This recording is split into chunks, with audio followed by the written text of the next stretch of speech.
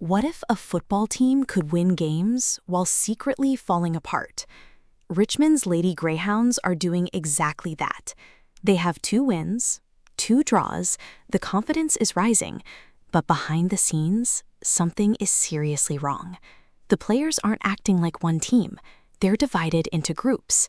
Attackers stick with attackers, defenders stick with defenders, midfielders have their own little circle. And whenever Ted Lasso praises one group, another group immediately gets annoyed. For Ted, this is more dangerous than losing a match, because a team can survive a bad game, but a team that stops trusting each other, that can collapse from the inside. And just when Ted thinks he has found a way to fix everything, one night at May's pub turns into absolute chaos. Someone gets punched, someone gets hit with a bottle, and before the night is over, the entire team ends up behind bars. But strangely enough, that disaster might be exactly what Richmond needed. This is Ted Lasso Season 4, Episode 4, Greyhounds Day Off. And this episode isn't really about football. It's about trust, friendship, jealousy, old relationships, and one mysterious woman named Zelda Southport, whose sudden arrival could completely change Richmond's future. The episode opens with a familiar face. Trent Krim is back. But instead of wandering around Richmond with his notebook, Trent now has a podcast called Through the Laces. And his guest is someone Ted Lasso fans will immediately remember, Dr. Sharon Fieldstone. Sharon is now a professor of sports psychology, and she is promoting her new book, Unlocking the I in Team. The conversation quickly turns toward one of the most important ideas in team sports. What actually makes a team successful? Sharon explains that talent isn't enough. A successful team needs communication, trust, and most importantly, the players need to feel comfortable with each other. Because if the dressing room falls apart, the team eventually follows. And those words are about to become extremely important. Because at Richmond, the dressing room is already becoming a battlefield. We then cut to Ted and Beard outside the women's locker room. Ted wants to check on his players. There's just one problem. He can't simply walk into the women's locker room anymore.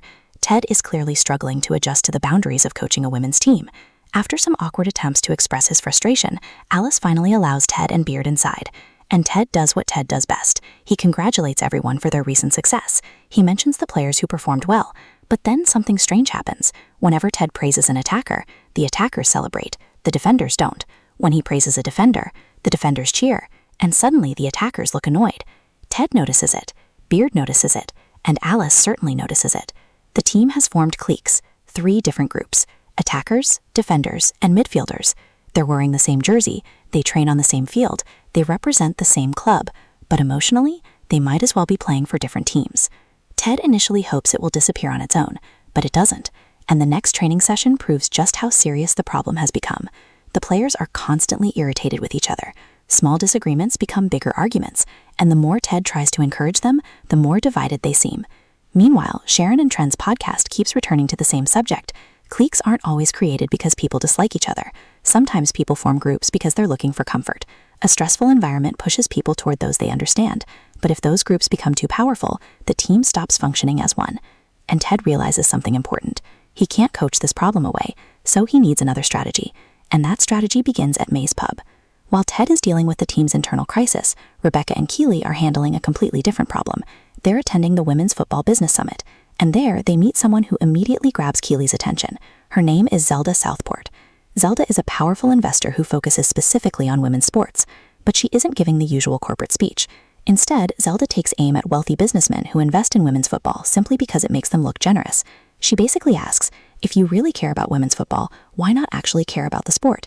Keeley is hooked. She sees Zelda as exactly the kind of person Richmond needs, someone with money, influence, and genuine passion for the women's game. Keeley wants to approach her immediately. Rebecca isn't nearly as excited. And that difference between them is about to create another problem, because Rebecca has already done her homework, and what she finds about Zelda isn't exactly comforting. But we'll come back to that, because Ted has just found his solution, and it involves trivia. Ted, Beard, and Coach Chilton are discussing the problem. They need to break up the cliques. But how? Then May announces something that immediately gets Beard excited. Pub quiz night is back. Beard loves trivia. Ted, however, sees something much more useful. An opportunity. If the players are forced to work together outside the football field, maybe they'll finally start seeing each other as teammates instead of rivals. So Ted makes a decision. He cancels the next day's training. Instead, the entire team is going to May's pub for a trivia night, And there's one important rule. Ted will decide the teams. No choosing friends, no staying with your position group. He deliberately mixes the attackers, defenders, and midfielders. The players aren't happy, not even slightly. But they show up, and at first the plan looks like a complete disaster. Everyone is staring at their phones.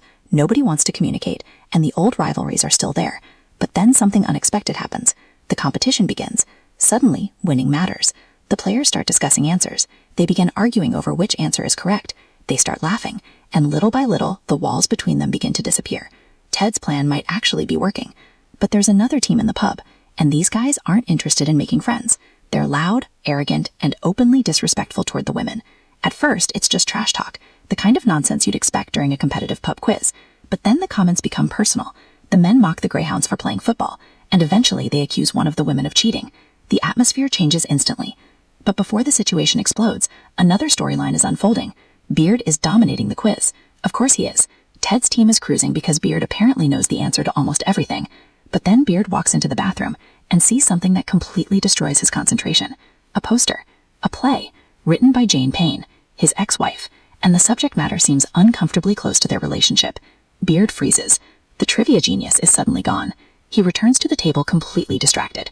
Meanwhile, the women's teams are now fighting for themselves. And this is where Ted's experiment starts producing the result he wanted. The players are no longer divided by position. They're fighting together. Even when one team loses, its players begin helping the other Richmond teams. That is exactly what Ted wanted. For the first time, they're thinking about Richmond instead of their individual groups. But then the rival men push too far. Gemma gets caught in the middle. One of the men accuses her of cheating. The insults become nastier. And then someone pours a drink over her. That's the moment everything changes. The women don't hesitate. They stand together. And suddenly, the entire pub erupts. Boots, the goalkeeper, gets involved. A bottle is smashed. People start shouting. Chairs move. And within seconds, the friendly trivia night has turned into a full-scale brawl. Ted and Beard are caught in the middle. Coach Chilton is caught too. And eventually, the police arrive. The result? Everyone gets arrested. The Lady Greyhounds, Ted, Beard, Coach Chilton, everybody. It should be an absolute disaster. But when Ted looks around, he notices something. The cliques are gone. No attackers, no defenders, no midfielders. Just one team, the Lady Greyhounds. Ted's completely ridiculous plan worked, just not in the way anyone expected. But while the players are celebrating their unexpected unity, someone else is already moving behind the scenes, Zelda Southport, and Rebecca has every reason to be suspicious. Before the bar fight, Keeley had been becoming increasingly impressed with Zelda. She sees Zelda as a potential ally. Rebecca sees something else, a potential threat. Rebecca has investigated Zelda's history, and there are some strange details. Zelda apparently has a complicated past. There's an incident involving threats toward a club owner. There's also the fact that she changed her original name. None of that proves she's dangerous, but Rebecca isn't interested in taking chances. She's seen what happens when powerful people enter Richmond's orbit with hidden agendas.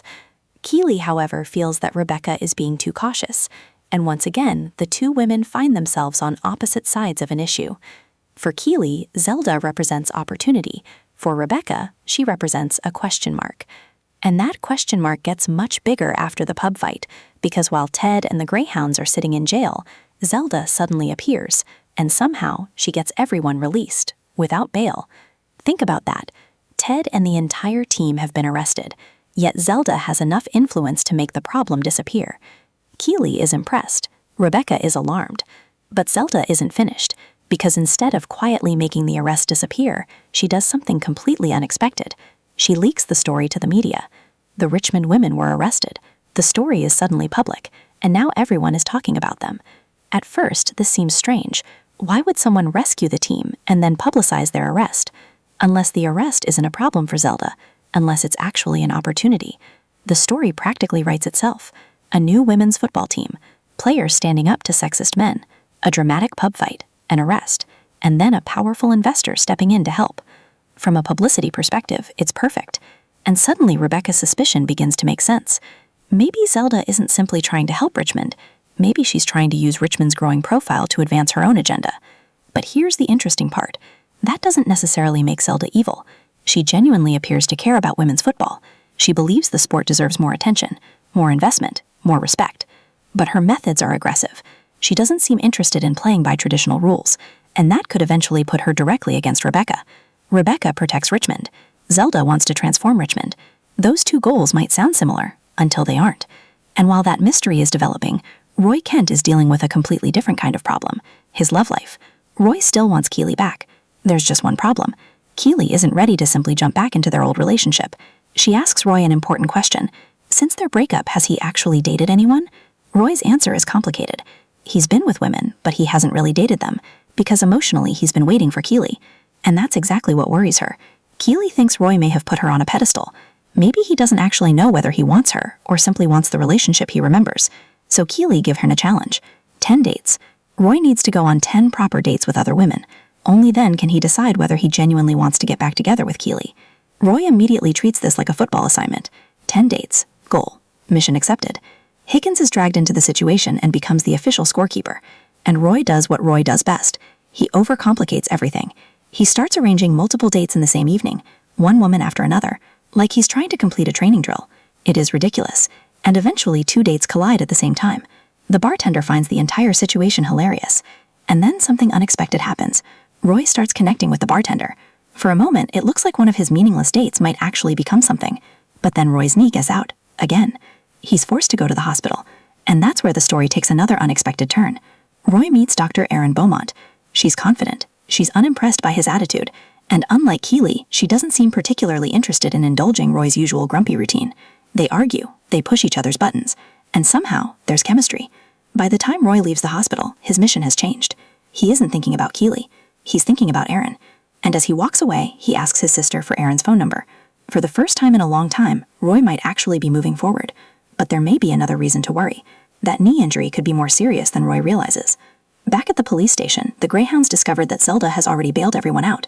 But instead of celebrating, Rebecca becomes even more suspicious. Why would Zelda rescue the team and then leak their arrest to the media? It looks less like kindness and more like a carefully planned publicity move. Meanwhile, Roy leaves the hospital with one thing on his mind, Dr. Erin Beaumont. After being told to go on 10 dates before trying again with Keeley, Roy may have unexpectedly found someone who genuinely interests him. Back with the Greyhounds, Ted sees the biggest victory of the night. The attackers, defenders, and midfielders are finally united. They may have ended up in jail, but for Ted, the team-building exercise worked. Then comes another challenge. Their next match is against Chelsea. The episode ends with the Greyhounds heading back to clean up May's pub as punishment for the fight. But bigger questions remain. What does Zelda really want from Richmond? What happened between Baird and Jane? And could Roy actually move on from Keeley? The team may finally be united, but Richmond's real problems are only beginning.